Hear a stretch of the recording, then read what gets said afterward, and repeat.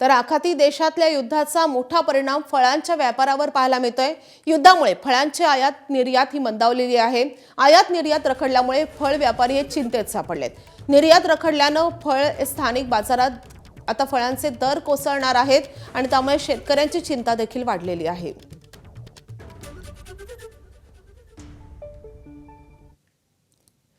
तर या संदर्भात अधिकचे अपडेट आपल्याला जाणून घ्यायचे शिवानी पांढरेकडून। शिवानी, फळ विक्रेते जे आहेत त्यांचं नेमकं काय म्हणणं आहे, त्यांना कोणत्या अडचणींचा सामना आगामी काळात करावा लागू शकतो?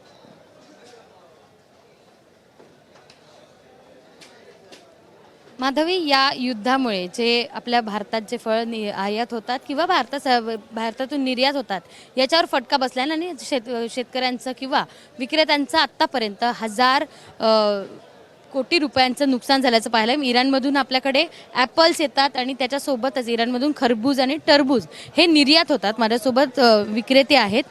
किती फटका बसला आहे आणि गेल्या 10 दिवसांची परिस्थिती काय काय होती? आता महाराष्ट्रातल्या शेतकऱ्यांना खूप फरक पडलेला आहे, कारण रमजान महिना होता। तर रमजान महिन्यामध्ये कलिंगड, खरबूज, पपई, द्राक्ष ही सगळे फ्रूट खूप लागतात तिकडं। आता हे खरबूज आहे, हे कलिंगड आहे, द्राक्ष ही एक्सपोर्टला सगळे तिकडं रमजान महिन्यामुळे आखाती देशात त्यांचं निर्यात व्हायची, पण आता सगळं तिकडं बंद आहे। तर भारतातले जवळजवळ 800-900 कंटेनर तिकडं बंदर अब्बासच्या पोर्टला इराणमध्ये अडकले होते। पण तरी किती कोटी रुपयांचं आत्ता नुकसान झालं आहे आणि येत्या काळात कशी परिस्थिती राहू शकते? तसं म्हणलं तर 1000 कोटीचं नुकसान आहे, कारण सगळीच लोक आहेत ना ह्याच्यात, की द्राक्ष, कलिंगड, खरबूज आणि बाकी पण म्हणजे पॅकिंग इंडस्ट्री, गाड्या, ड्रायव्हर लोक सगळ्यांचंच आहे। तर 1000 कोटी रुपयाचं नुकसान होऊ शकतं भारतात। किमतीवर पण परिणाम होणार आहे। तर किमतींचं काय काय आहे? कारण खरबूज जर बघितलं तर खरबूजच्या किमती कमी झाल्या आहेत, वाढल्या आहेत। हे युद्ध व्हायच्या आधी ह्याचे बाजार म्हणजे 25 ते 28 रुपये पर केजी होते। आता 15-16 रुपयाच्या आसपास बाजार झाले त्याचे सगळ्याचे।